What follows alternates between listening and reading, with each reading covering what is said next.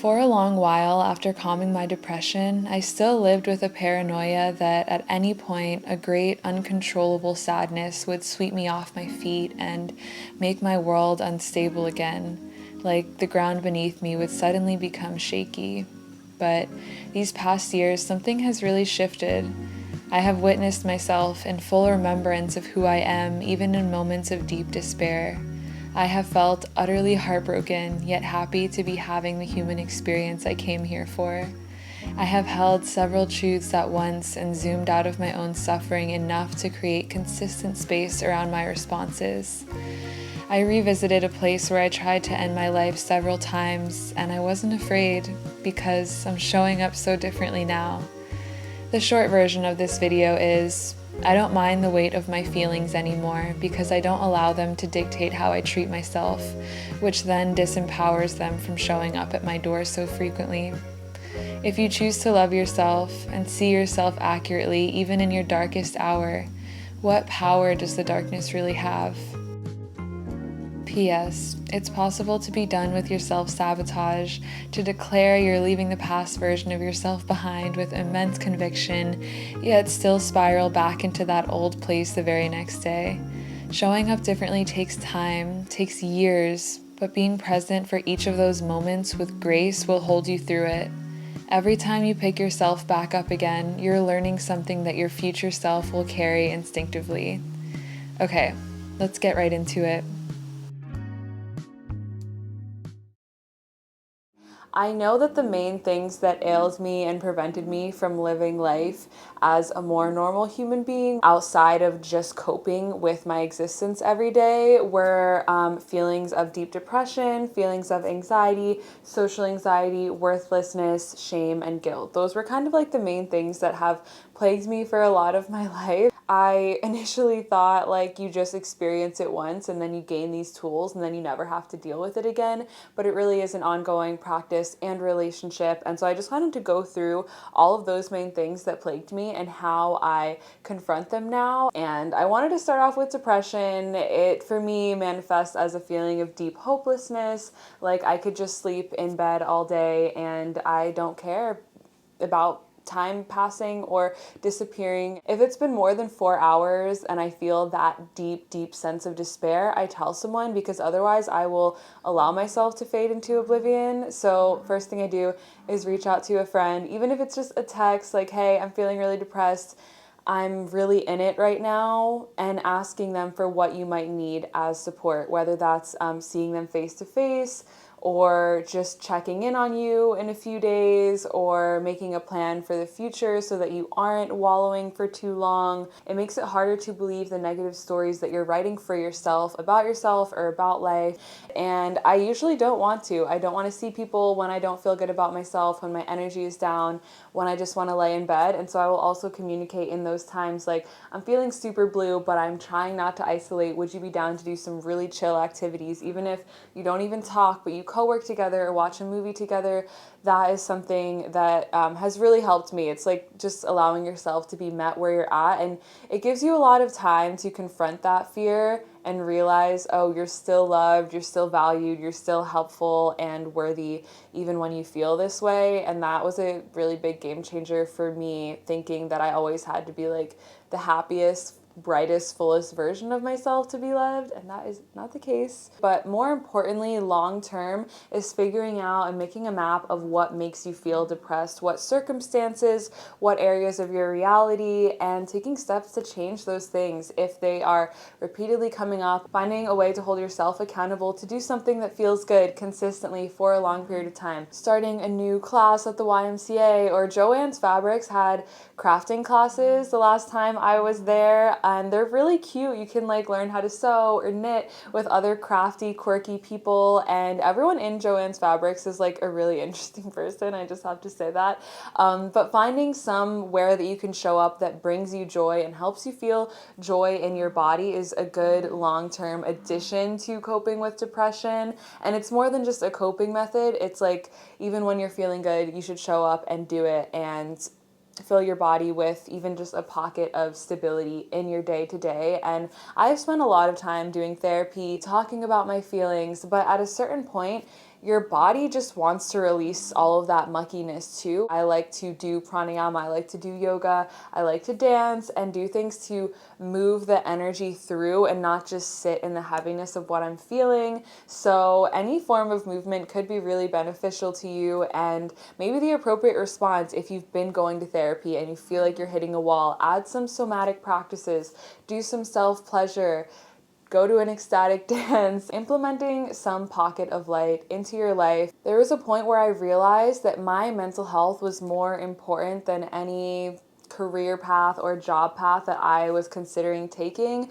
Even when I dropped out of college, that was such a big area of shame and fear for me because I felt like I was letting my whole family down. I had moved across the country and it was this whole big deal for me to then drop out and have to start from square one. But I kept putting my mental health on the wayside, and it just got worse and worse to the point where I had like over 5 I'm just gonna say it, suicide attempts in the first month that I had left. And I just realized that I needed to put my mental health first. When I hit that, huge rock bottom when I was 17, I just realized I could not keep avoiding and putting band-aids on this big wound that was like all of my childhood trauma and all the reasons that I hated myself. And I needed to deal with that first. I needed to deal with my internal experience. And I found ways to make it work.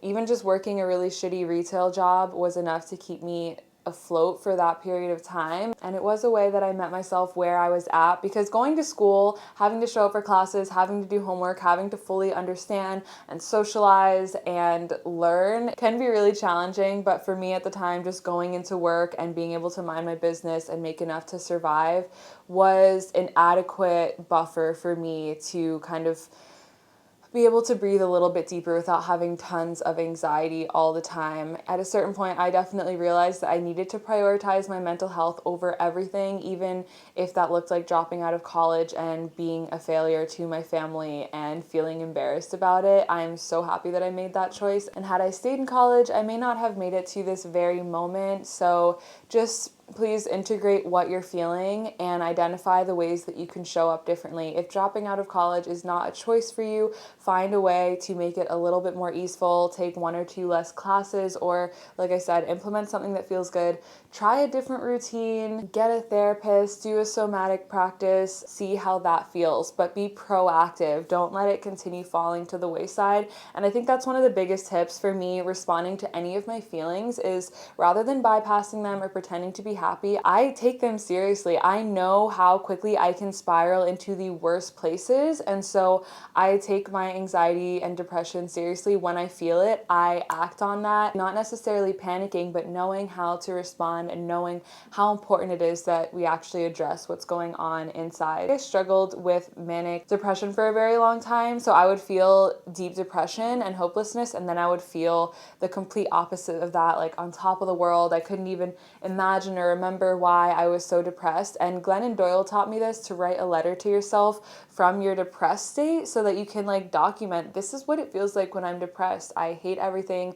I don't remember the last time I feel joy. Everything feels impossible and pointless, okay? And then when you're in your really happy state, also writing a letter to yourself, I believe that love lies everywhere. All I want to do is dance, sing, and express myself. I wake up and I feel like I'm the luckiest person in the world. And having both of those so that you can remember when you are really sad that you are capable of feeling joyful in every cell of your being, and when you're really happy, to continue to show up for those feel-good practices, because it can also get to that deep down place. Overall, how I deal with this existence and the constant changes is being in a space of loving awareness, of neutrality, and pretty much unconditional acceptance. Whatever is rising or falling, I decide to take the back seat and completely surrender. And it really is a state of being, a state of awareness that you can tap into, where you're literally not attached to any positive or negative outcome. You believe so deeply in what is possible for you and the good of life and humanity, and yet you're not attached to any of it, not needing to get so concerned about everything all the time. And the biggest way this has impacted my mental health is that even when I am really sad, even when I am really depressed or questioning, I am not reacting to those feelings really intensely, I'm like, oh yeah, there's that feeling that's going to change within a few hours or a few days. And it's such a big difference, like, to how I used to respond, to be in the moment of complete and utter despair and know that it is going to shift and that you can trust that joy is going to come again, makes such a big difference. And even with weird interactions I have with people, or if I overate and don't feel good in my body, or if something that I really wanted didn't come true, all of these random different scenarios, I know how to completely let them go. Quickly alchemizing every little thing. There's no room to rest in doubt or fear, because I trust so deeply that everything's going to be okay and that it is not personal. The things that happen to me, if I have a weird exchange with someone, they're just not my people, the chemistry is off, it's not a personal attack on me, and there's nothing wrong in the moment. Even if things are really shitty and don't feel good, it's like I'm not really wrapped up in it, and I'm able to more quickly rewrite my experience in each now moment to be what I want and to be more of what I actually believe in for my life, and practice my belief system in the moment when everything is going to shit, and be like, oh yeah, don't I believe that every feeling is a teacher? Don't I believe that everything's going to be okay? I do. So I'm going to act upon that. I'm here to have an experience and I'm here to learn, and nothing was guaranteed to me anyway. The only thing that I can really be sure of is how I'm going to show up and respond to life. And so I don't mind if I'm devastated. I don't mind if my greatest dreams come true. Either way, the whole step of the journey, I'm excited to be here at all. And it makes all of life feel so fun. Just choosing a state of loving awareness so that no matter what happens, I'm neutralizing every happening and every occurrence, and it feels like ultimate freedom to me. And I will continue moving through life with this as I continue being devastated and let down and completely brought up and amazed and shocked by life. I'm not going to attach to my joy so fully or avert from my pain so fully. And I seriously think that my version of freedom and liberation is being able to remember God in every single moment, no matter what is rising or falling, being in that stable witnessing place. Even rewriting fear in the moment can be a way to stay curious about change and showing up differently. Like, wow, I wonder why this is here for me today. I wonder why this is showing up for me today and what lessons I have to learn from this. Or even I'm being shown that I need more resources to respond to fear. How can I do that? I'm open to receiving practices and resources to calm my nervous system when I feel afraid. And I wanted to move into anxiety because this is really debilitating and probably like the louder mental illness experience that I had. Anxiety to me mostly manifests in my heart and in my mind. A lot of overthinking, a lot of feelings of unworthiness, racing heart, inability to speak, and inability to be seen. I don't want to be seen. I want to hide myself when I feel anxious, and everything that I do, I'm wronging it. No matter what, even if it's like a neutral thing, I'm basically shit talking and canceling myself in every moment. So that's anxiety. For me, another thing that makes me want to isolate, and what I do when I feel really anxious, is immediately do an act of love for myself. So my go-to is usually to cook a really healthy, nourishing meal for myself, because when I used to be anxious, I would binge eat. It's a ritual for me, and I may not even eat it in that moment, but just cooking myself something that feels really good and that isn't a punishment to my body is enough to remind me that I'm not doing that anymore, that I'm not in that deep, heavy, self-sabotaging place anymore. So that is just something that works for me. I actually don't really eat when I'm anxious because I immediately get bloated. But after I've cooked, obviously, if I'm hungry, I will take some deep breaths, be intentional, say some prayers, and do a little bit of pranayama. So this is pretty much my go-to for calming anxiety in my body, in my nervous system, while I am cooking or cleaning, whatever my act of love is. Maybe I'm going for a walk. I also do the simple breath work of inhaling for 4 counts and exhaling for 8. I've mentioned this so many times, but it seriously ended my anxiety. Extending your exhale longer than your inhale activates the parasympathetic nervous system. So singing can also do this as well. And I highly recommend the moment that you start to feel anxious, maybe sighing, like,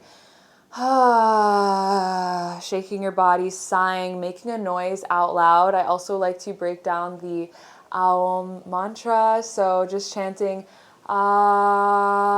feeling the energy releasing from my chest, using the entirety of my exhale with the and then going oh, and feeling the energy clear from my throat, feeling blockage being released, using the full extent of my exhale. And then I say and feel my thoughts start to clear, feel my crown being purified. And I will do that for 8 rounds, and maybe that takes like a couple minutes, and it is so relaxing and healing. And I just highly recommend that for the physiological calming of anxiety and to get you out of a state of fight or flight. That might be your first initial response, is to do that. Just extend your exhale and do that while you are perhaps cleaning your room or getting something else done that feels really good. That's just my thing, is that when I have anxiety, I have a lot of like erratic energy. And so if I'm cleaning my space, I can feel mentally like I'm clearing space inside of myself. If I'm cooking, it feels like I'm moving this energy somewhere useful. It's such a physical experience for me that I need to kind of release the intense energy of it. Also, if I have been anxious repeatedly for a few days, once again, I will look at the information of my life and the situations that have brought me to that place and try to shift them. If it's a certain person that I'm avoiding, a confrontation that I don't want to have, if it's a meeting that I'm really nervous about, I really try to sit in those scenarios and be like, what's the worst thing that can happen?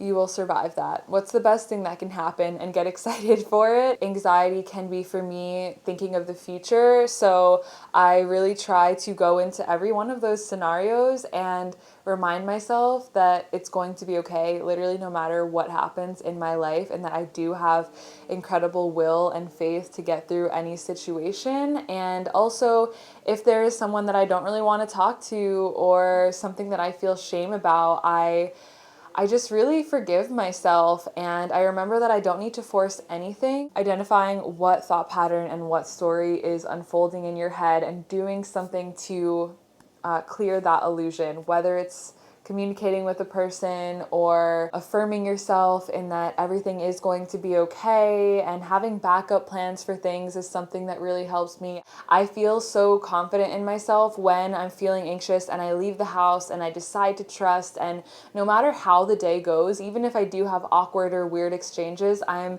so proud of myself for even trying. And that's the point that I've gotten to now, where my anxiety doesn't inhibit me from doing absolutely anything. It just feels like a little inconvenience. It just feels like a little bit of discomfort at this point because of the breathing that I'm doing, and that I'm still believing that I'm capable of everything. And so it doesn't have to be as intense as it once was. Even just responding to myself and my deep fears with love is a huge paradigm shift for me, because when I used to feel anxious, I would self-harm. For the most part, my initial response to anxiety is to get out of my head if I can't anchor in a positive story, and just get into my body, get into my breath, try not to indulge or believe anything that's going on in here. Basically, when I'm sad now and I hear my mind trying to tell me how my life is going to pan out and how awful, unworthy, incapable I am and my dreams are, I don't believe it. I'm like, oh, this isn't the time for manifesting. This isn't the time for creating stories or fantasizing about life. I'm not buying any of this.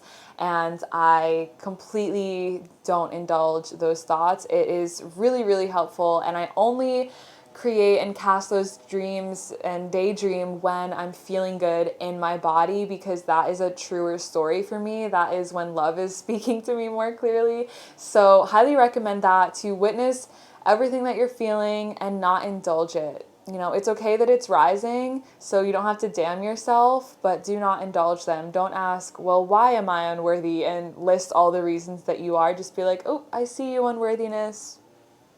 I'm going to treat myself differently now. All of your feelings are valid and welcome. Whatever is naturally rising for you is valid, because you're feeling it in your body, and that's that. It's the natural phenomena that's occurring, as Ram Dass says. And so just know that there are reasons that you're battling these intense emotions, and that I mean, it might sound corny, but I think you're a warrior. Like, we are all battling these thought patterns in our heads and healing from our trauma. And no one is going to know how hard it is to just get up every single day and brush your teeth and go out into the world like you. No one's going to know what a struggle it's been just to have the courage to go to a grocery store or go out to eat at a restaurant alone. So please affirm yourself that you've been through so much, and the fact that you are even having one less anxiety attack a week is something to celebrate and is something to be proud of yourself for. And there's no reason to feel like there's something wrong with you because you are battling depression or anxiety. And I'm going to cry because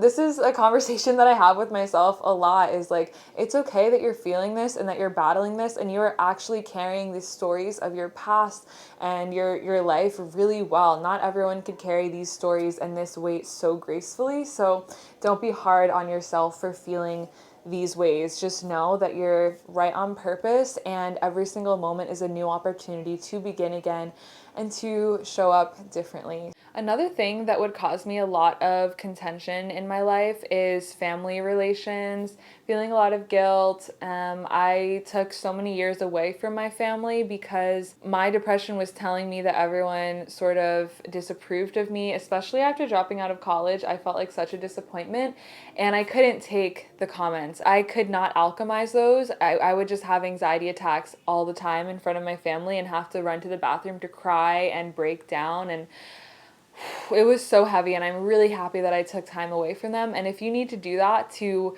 stabilize yourself right now, I recommend it. I feel like everyone at some point has to do that, is take a little bit of time and space away from their family. Now I'm going back more frequently, and the relationship is so much better. Forgiveness is such a big part of the healing journey. There's not one person who's going to get everything right in your life. There's not one person who's going to know exactly how to love you and do it perfectly every time. It's something that we get to teach each other and grow through side by side. And especially with parents and family, it really is hard to expect that suddenly they'll change because you changed as a person and you don't like their behavior. And having the courage to vocalize little things. So vocalize how you feel most loved, vocalize the comments that are not helpful or useful. Comments about weight and appearance are really unwelcome, for example, is something that you could maybe say. Overall, trying to see the nuances of your family's background and experience and inquiring further, what was your childhood like? What happened to you? And whenever I speak about compassion and forgiveness, I feel like a lot of people think that I'm taking too much responsibility to help my parents heal or like overcompensate for them. A few videos ago when I was interviewing my dad, someone commented how I was still doing all the emotional labor of like asking my dad what his childhood was like and seeing if he's okay, rather than having him ask me those questions, which is obviously something that I would enjoy. I'm okay with our relationship being how it is, even if I'm the one who's always wanting to dive deep and heal things and clear the past. I know that if I held an expectation that he would never meet, I would just never be happy. I would never want to see my dad, and it just wouldn't work. And I can't expect a version of him that he's never been. I can't expect love from him that he's never experienced himself. We are so lucky to have this safety and this even the language that we speak with as like Gen Z millennial people at this point is so kind and so aware. And that is a blessing, that this can be our baseline, that we know deep intimacy and deep love, and that we expect it from our parents sometimes feels like a little bit unfair because they don't know this kind of love. They don't know this kind of intimacy. I think that a lot of them were brought up in a rougher world, and this is just my 2 cents. I always welcome you to have your own thoughts and feelings about things, but for me, because I feel really anchored within my own state of love and my friends that feel like my family, I am completely unattached to my mom or dad ever affirming me or saying anything to make me feel better about myself or my life. I'm just like, I'm good on that. I have people who love me the way that I want to. And in regards to my relatives, I think we're just here to teach each other and help each other to grow. I think we were intentionally placed in this family unit to help each other evolve. And if I can take the role of being a space holder or being just someone who anchors in compassion and clears storylines, then I'm gonna do it, because expecting them to be different than who they are just feels like a lot of disappointment, and I don't need them to be different. Honestly, they've taught me so much just being who they are, and now I just want to show them love. And it really fills my heart when I go home and I can cook really healthy, nourishing meals, and I essentially mother my family and relatives, and I show them the love that I know and that I've cultivated. That feels so good and so fulfilling, and it's enough for me. Just acting in love is enough to fulfill me, and I don't actually need them to change. But I remember when I was going to therapy, my therapist wanted me to be so angry at my parents and at these different characters and figures, and I was like, I'm just not. Like, I know that anger is valid, and I do have moments of feeling like this was wrong and bad, and I was a victim of certain situations, but I don't condemn them. I think that's really what it is like, anger is valid, accountability is valid and important, but I don't feel the need to condemn them. Even just if I never talk to certain people again, doesn't mean that I don't forgive them, that I don't see and love them. It just means that they're not gonna add to my life. It's not serving where I'm going. There's not an energetic match there, but I can still forgive and have compassion and love. So I'm not saying this to completely take on the emotional burden of everything that has happened to you and put yourself in unsafe situations. Just know that, like, forgiveness can happen even if it's not communicated, and even if you're not seeing that person. It's more of just releasing the expectation that they will show up as different people. Of course, inviting that, welcoming different conversations, and communicating what you need, what feels good, and what may have not felt good in the past, but being really honest with how your feedback is normally received, how they normally react to you, and how that makes you feel, and just really taking all that information and doing something useful for it, whether that is creating space, whether that is communicating, or just biting your tongue and releasing any expectation that they will change. It is such a delicate dance, and a lot of us, it feels kind of inevitable that there are some aspects of our familiar relationships that we are just sort of putting up with, or we are taking on a little bit extra emotional burden to allow ourselves to be around them. And I don't know if there's a way around that when you want to make a relationship work and you're trying to change and accommodate, but the other person can't. It's just really up to you if you have the energy to do that or not. And I feel like I have the energy, so I'm doing it. Also, learning really helpful ways to communicate things that aren't judgy and attacking, like communicating things from a really neutral and nuanced space with your family. And communication was a part of my forgiveness, at least with my dad. I went to visit him one time where I did vocalize everything that happened to me when I was younger, that he didn't know happened to me, ways that I was hurt or assaulted, and it was really emotional. I started off the conversation kind of telling him why I even wanted to share these heavy things with him. And I was like, I've struggled with sadness for a lot of years, and it took me a long time to realize that the things that I was going through caused me to feel really depressed and unworthy, and I never really shared with you what happened to me, and I just wanted you to know some of my experience so that you can understand what I've been carrying. And I'm not angry at you. I'm not upset with you, because that's how I genuinely felt. If I was angry or upset, I probably would have said, like, I feel hurt that I was put in a position where this could happen to me. I would love to know what was going on in your perspective. That's something that I might invite. But I was like, I'm not angry or upset. I just wanted to be witnessed in this with you, and I wanted you to know my experience, trying to both be the objective witness to it, because I think that just gets you to the answers more quickly. And it's not like pretending that everything is okay, but just trying to keep a level ground enough so that there's safety on both ends. And my mom, for example, is losing her memory, and so I haven't been able to communicate any of this with her, but I've been able to forgive her without words, just in my own awareness of what she has been through. And there was a point where I tried to talk to her about things, like I did sex work when I was underage because I needed to pay my rent, and I felt really resentful of her because I was put in that position. And I remember I was selling my laptop to pay my rent that month, and she ripped the laptop out of my hands, started yelling at me, and I told her, like, I've done much worse than this. And I don't know if she fully understood that, but then we got into this argument, and I was yelling and crying, and she just could not see it. She just could not understand why I had any reason to be upset, and it was so invalidating. And I just like ran to the bathroom and started crying like I did my whole childhood. We had many conversations throughout the years that were like that, and I eventually started to realize like how much guilt she was carrying around things. And I've seen through the cracks of my mom into her deep grief. And I think that I've also been able to forgive her because I don't need her anymore in a way. Like, I'm not relying on her for any need of mine. That just makes it easier. I think that's probably why I've been able to forgive all of my family, because I don't consistently need something that I'm being disappointed by, or I'm not having any expectations for them that aren't being fulfilled. It's just kind of like, I can have you in my life in this way that feels good with a lot of space, but I'm completely self-sufficient, and that's not available for everyone. And I think that's why forgiveness can be hard. That was heavy. This whole video needs a little bit of a trigger warning, but anyway, just working on your relationship with your family in general could be very beneficial to your mental health. It has been for me, and I'm really seeing the importance of forgiveness more and more as I get older, as my family gets older, and you run out of time to say things that are important or start conversations that are important.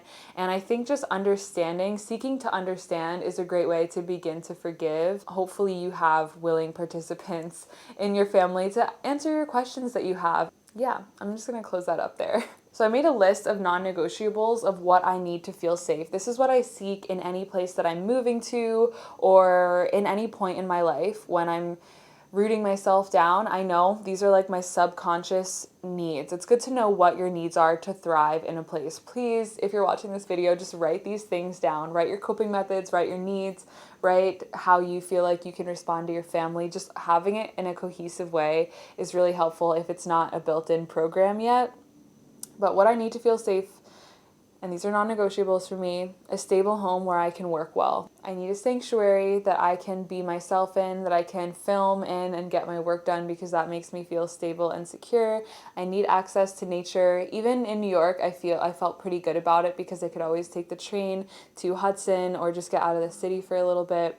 I need friends who are mature and secure in themselves. I will not indulge connections where I'm guessing someone's intentions, or if they actually care about me, or if they're shit talking me. That is not allowed on my island of love. So just secure, mature people who I feel really safe with and I can have all of my walls down with. I need a stable routine, a sadhana, daily discipline in my spiritual practice. I need healthy diet options. Now, every time that I travel, if I'm staying at a place for a week or a few weeks, the first thing I do is go to the farmer's market or go to the grocery store and fill the fridge with food that makes me feel good. Cooking and nourishing myself well is just a big part of my self-care. So that's a non-negotiable. Good food, good water, space to practice, space to do yoga, space to do my little dance workouts. Even at my grandma's house, I go to her basement. The reason I'm listing these things is because you can take them with you in other places and establish them in other places. When I go to my grandma's house, I also go to Trader Joe's the first day I arrive and get tons of veggies and things that I can eat. And there's a park next to her house that I always walk in, and this is how I anchor home anywhere that I am. And then a safe space to share my feelings in general. So I make sure to keep up with my friends and send voice messages. I have like 3 people that we just consistently send voice memos back and forth to each other through all time and space. It's like a little safe void portal for us to shoot our feelings into. So those are my non-negotiable things that make me feel home and safe wherever I am. And as far as my daily practice, it's gotten simpler and simpler, and pretty much any doorway I can enter through that reminds me of who I really am and what I'm really here for, and that I am safe and that love is inherent, that is my practice. So sometimes it's an art practice, sometimes it's movement, usually it's yoga, and every single day I do meditate. I really love meditation, just sitting quietly with myself. It instantly soothes me because I'm calming my mind, and I'm usually really tired of my mind at some point in my day. I'm just like, I need to shut this shit off. So I sit down. Basically, it's discipline, but it's not rigid. It's a disciplined practice of showing up, but what I'm showing up for can change and feel easeful and natural in my body and not like I'm forcing it. So that's been a really big change for me, is that it's many different things, and as long as I'm showing up in some form every day, I feel really good about it. And lastly, I really quickly wanted to mention financial stability, because not worrying about when you're going to get your next meal or if you can pay your rent is such a huge weight off of your shoulders. I mean, I think that was also feeding into my deep feelings of despair for so long, just constantly being worried about my bank account and my basic needs being met. It's so exhausting, and the reality of so many people, and it's a hard one to even speak upon because there are so many issues that feed into that, being in a capitalist society. And the one thing I'll say, everywhere that I've moved, I immediately got a job there. I do YouTube now, but before that, I would just immediately have a stable job where I knew I was going to get a paycheck within 2 weeks. And in between that, I would also sell clothes on Depop, and I would do other random jobs like modeling things. You can do figure drawing, modeling. You don't have to be a certain height or look a certain way for that. If you just want to volunteer at a college or a local art school or something, you can even show up and be like, hey, just wanted to let you know I'm available for this. Or I have found modeling jobs on Craigslist which were a little bit sketchy, but the ones that I did, I got paid really well for, and it wasn't creepy. I did sculpture modeling for this one artist. Even if it's like a random job that I didn't actually want to be doing or wasn't my passion, it was enough to make me feel stable and allow me to have energy to do a little bit of what I actually wanted until I could transition. And now that I do have a more stable income, I also have a Roth IRA, which makes me feel more secure about my future, just building compound interest. I don't know if that's even helpful to mention, but I do want to acknowledge that not having money and financial stability can feed into really bad mental health, and taking whatever steps that you need to find stability, whether that is living at home for a little bit or decreasing your expenses or just finding a side hustle that you like, or changing something in your lifestyle to try and save a little bit of money every single week, like meal planning and budgeting, simple things like that that you can integrate to start to build a little bit of a savings to feel slightly more held financially. Maybe peace out and woof and volunteer on a farm in a different country and gain some trade skills so that you can do a trade that you actually enjoy. Or I also think that like woofing and volunteering is a good thing to do when you are in transition. So there are so many different options to break free even from this capitalist society if you want, at least for a little bit. But I wish I had more financial advice. If you're looking for it though, we have the World Wide Web to seek and search. I just didn't want to overlook that financial stability can help you feel just stable overall, and it's such a blessing and privilege.